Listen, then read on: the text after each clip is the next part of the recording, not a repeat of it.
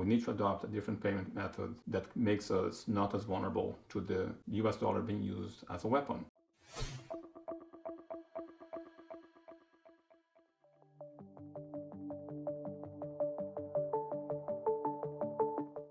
All right, welcome back to Crypto Vagabonds YouTube channel. My name is Boof, and I'm here today to give you the headlines, or the main headlines that got my attention over the weekend, so you can start this Monday a bit informed of what happened on the market during the weekend. So let's start with the traditional market, geopolitical events, and then we're gonna end at cryptocurrencies. So here we go. You guys may have seen my videos previously talking about how the OPEC decided to cut down on the production of petrol. That way, petrol prices went up. As you can see here, that has already caused some results. So OPEC shock revives oil bulls even as the demand warnings flash. So there's a warning on shrinking the demand. However, the OPEC announcing that they're going to cut the productivity of petrol has caused petrol to go up. Another thing is we have had situations with the petrol in the past, and here's something I want to share with you guys. I know the BRICS talk about Saudi Arabia maybe joining the BRICS, and I have a little concern with that. And I'm not going to read the whole article, but there was something which happened in 2020, and there was an interest of Russia to do something about the petrol and Saudi Arabia to do something else. And here it is, the main headline or the main paragraph on the article. It wasn't a matter of pricing or a matter of profit or a matter of income. This was said by the minister about the 2020 decision. Rather, it is a matter of to be or not to be. Who will be the master of this sector?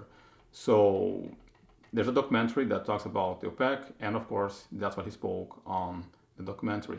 This is where I have some concerns about BRICS.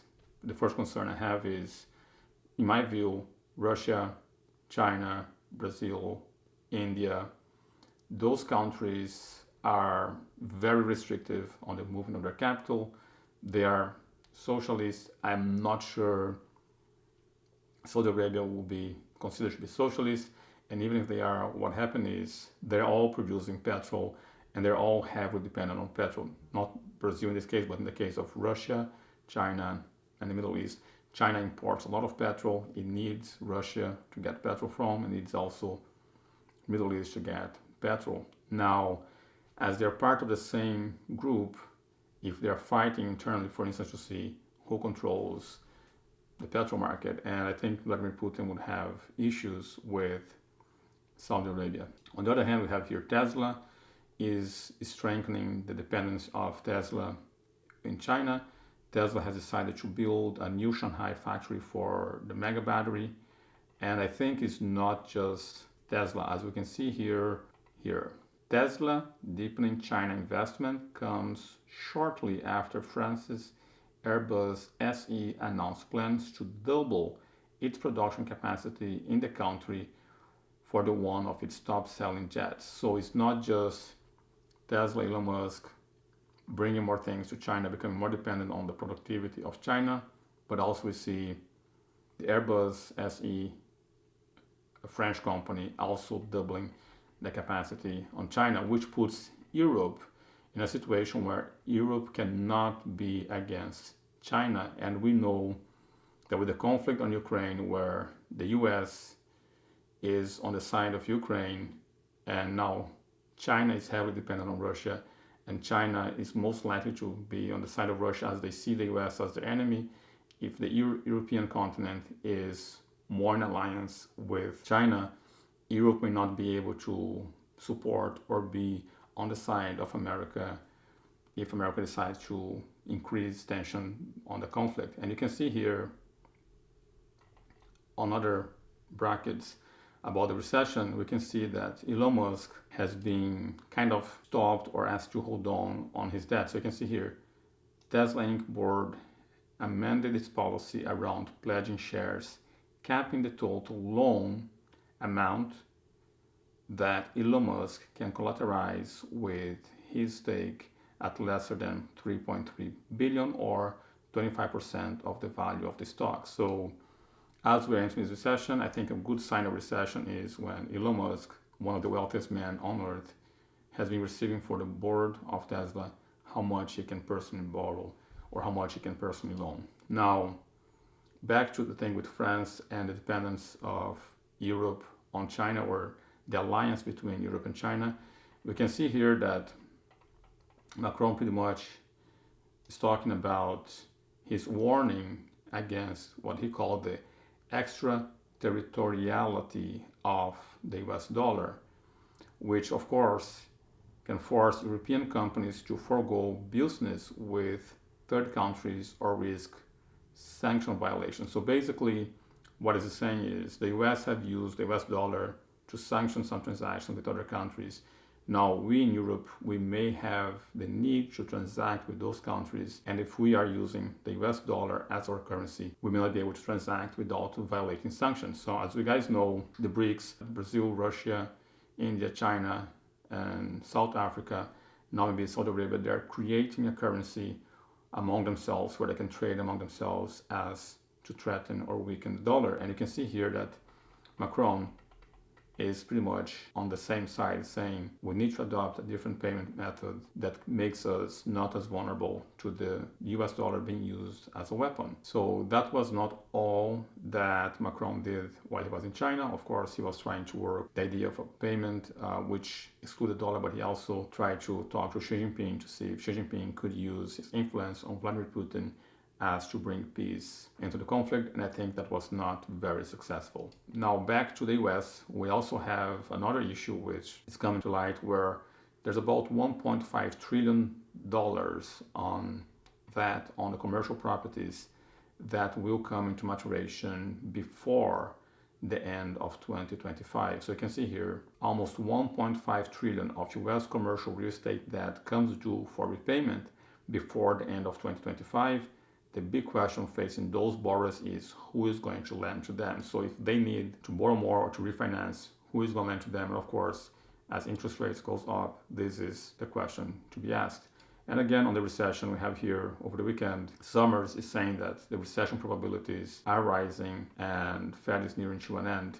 I don't want to read the whole thing to you, but here on the last paragraph is something which is really interesting. We have had a financial system that has been based on the willingness of large numbers of households to earn almost nothing on their money. So he's talking about interest rates being near to zero, and of course that put a lot of people willing to make nothing on their money because interest rate is low. And he's like, and I'm not sure that's going to persist. And he says the Fed needs to do some very fundamental reflection on what kind of financial system they want to see us moving into. And again, this is more issue for Jerome Powell to deal with. And of course, here in Europe, the Central Bank of Europe pretty much saying they're not really done with interest rates hikes. And you can see here, inflation in the Eurozone is now almost 6%, according to their own measurements. And you can't fight that with an interest rate of 3%. So they're saying interest rates needs to continue to going up. Another thing which is very important, which was again said towards the end here, even if we have reached an interest rate level here that we are convinced will bring inflation back to 2%. So let's say they found an interest rate and they're convinced that that interest rate is what's going to bring inflation back to 2% in the medium term. It says here, we may well have to keep interest rates at peak level for a long time. So what it's saying is, let's say the Central Bank of Europe continues to increase interest rates and then say, okay, this interest rates, let's say 4, 5, 6%, whatever that number may be, they say, okay, 6% is what's going to bring inflation back to 2%.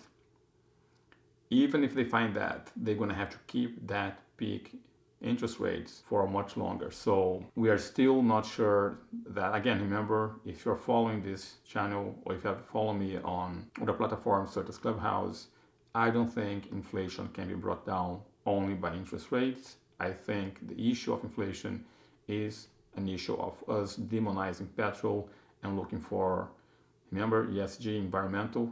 There's a huge focus on the environment. We're not going to be able to bring inflation down without saying to the petrol industry, you are free to go, you have another 50 years on the line, make investments that are required to bring cheap energy prices.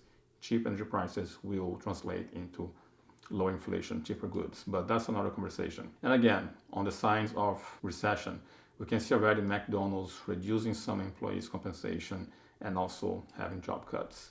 On the other hand, some good news, some light on the end of the tunnel. I'm not sure if that's a good news, but it is interpreted for the market as good news. US consumer credit increased in February at more moderate pace. So the increase in credit moderately, and that is seen as good news. So let's go to crypto. So in terms of crypto, there's a headline here which is not in English. I'll translate to you guys. So BTG Pactual launches a stablecoin BTG Dol which is being backed on dollar of the USA. So pretty much this company is launching another stablecoin, and it is going to be backed with parity 1-to-1 to the dollar. There's something I want to share with you guys. Okay, now some not as nice news for the crypto space. Sushi Dex approval contract got exploited by 3.3 million. Again, another contract, another DEX got exploited, and the US Treasury warns that DeFi is being used by North Korea scammers to launder dirty money. So they found people from North Korea using, or scammers North Korea using DeFi to launder dirty money. Most new technology goes through that. The internet in the beginning was also used mostly by criminals. Another great headlines to share with you guys here on the crypto space. Bank of England targets 30 strong team for digital currency report. So the Bank of England, which is the Central Bank of England, is basically looking to build a team of as many 30 people to develop CBDCs, Central Bank Digital Currency CBDC. So the Bank of England is moving towards CBDC. And on the other hand, I really have to say there's a little part of me that really smile sarcastically about this. So Robinhood is facing a 10.2 million penalty for multiple US states over technical failures that cause harm to the investors.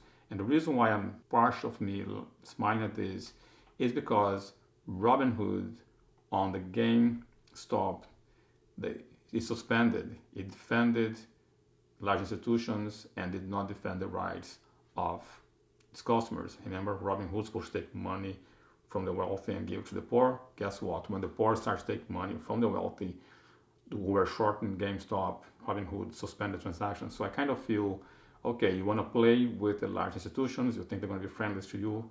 Look what's happening now. You're being sued and you have to pay 10.2 million. So I kind of have a little joy in me. So the platform is now being sued because there's some problems, some technical problems, and they have harmed its users. Now back to crypto, we have AVALANCHE. AVALANCHE new subnet offer blockchain customization for financial institutions. And I think this again, AVALANCHE is another yet cryptocurrency that is partnering with institutions. Institutions can pursue their blockchain strategies in private permissioned chains with known and approved counterparties while retaining the ability to communicate with other subnets through AVALANCHE native communication protocol, AVALANCHE Warp Messaging, or AWM. So AVALANCHE is yet another blockchain that is trying to provide financial institutions what they are used to on TradFi. And on the other headlines here, for those who like NFT, OpenSea goes pro and partners with Half-Lauren. So Half-Lauren seems to have agreed to accept cryptocurrencies at least in one specific store. So meanwhile, American fashion retailer Ralph Lauren will soon be accepting cryptocurrency payment at its new open Miami store and decentralized autonomous organization DAO. So Ralph Lauren is coming to the crypto space, and my last sharing with you today is this one. Someone on CoinDesk started to write something which I have called in the past, and I feel like sharing with you guys. Thanks, Sam, how FTX led to the world's worst crypto policy. I remember when FTX went down, I made a call that FTX would cause Americans to have whatever they need to provide the worst crypto policies available or thinkable. And that's exactly what happened. So these are just some of the headlines that I have read over the weekend and decided to share with you guys. I want you to pay attention specifically to the BRICS, where you already see some conflict between Saudi and Russia. We see the partnership or the increased dependency or the increased alliance between Europe and China. And again, a lot of countries in Europe are part of NATO, and I think NATO is also going to be affected in the long term as this partnership increases. So as Europe becomes more dependent in China and the US and China tension increase, there's going to be a conflict of interest between NATO countries and who to be on the side of that conflict. Either Europe is going to have to choose to be with America or have to choose financially, commercially, a strong alliance with China. So I'll keep you informed. Those are the things that I think was the most significant in terms of the headlines. Hope you enjoyed it. See you in the next video. If you did like the video, please give it a thumbs up, click the notification bell and subscribe to the channel. And if you do not like the video, please give it a thumbs down and let me know in a comment below why you didn't like it. See you in the next video.